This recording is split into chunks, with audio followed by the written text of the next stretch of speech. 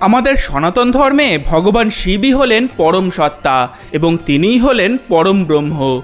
ভক্তদের কাছে তিনি আবার পরিচিত হন ভোলানাথ নামে, কেননা তিনি খুব সহজেই তুষ্ট হন। তার কাছে দেবতা, মানুষ কিংবা রাক্ষস সবাই সমান। সবার ডাকেই তিনি সমানভাবে সাড়া দেন এবং তাদের মনস্কামনা পূরণ করেন। তার ব্রহ্মস্বরূপ নিরাকার রূপকে আমরা হিন্দুরা পুজো করি শিবলিঙ্গ রূপে।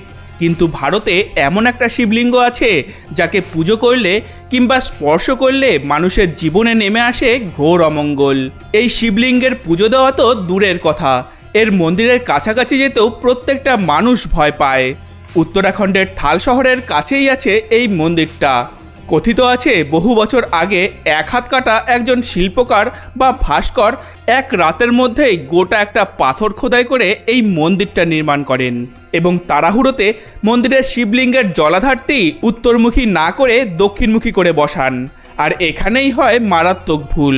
এরপর থেকে যে বা যারা এই মন্দিরে পুজো দিয়েছে কিংবা শিবলিঙ্গ স্পর্শ করেছে তারাই হয় মারা গেছে, নয়তো তাদের জীবনে নেমে এসেছে ঘোর অমঙ্গল। এই জন্য সবাই এখন এই অভিশপ্ত মন্দিরের কাছে যেতেও ভয় পায়। দূর থেকেই প্রণাম করে ফিরে আসে সকলে। যে মন্দিরের কথা আজ বললাম, সেই মন্দিরটা ভাস্কর এক হাত দিয়ে তৈরি করেছিলেন বলে মন্দিরটা সবার কাছে পরিচিত এক হাতিয়া মন্দির নামে।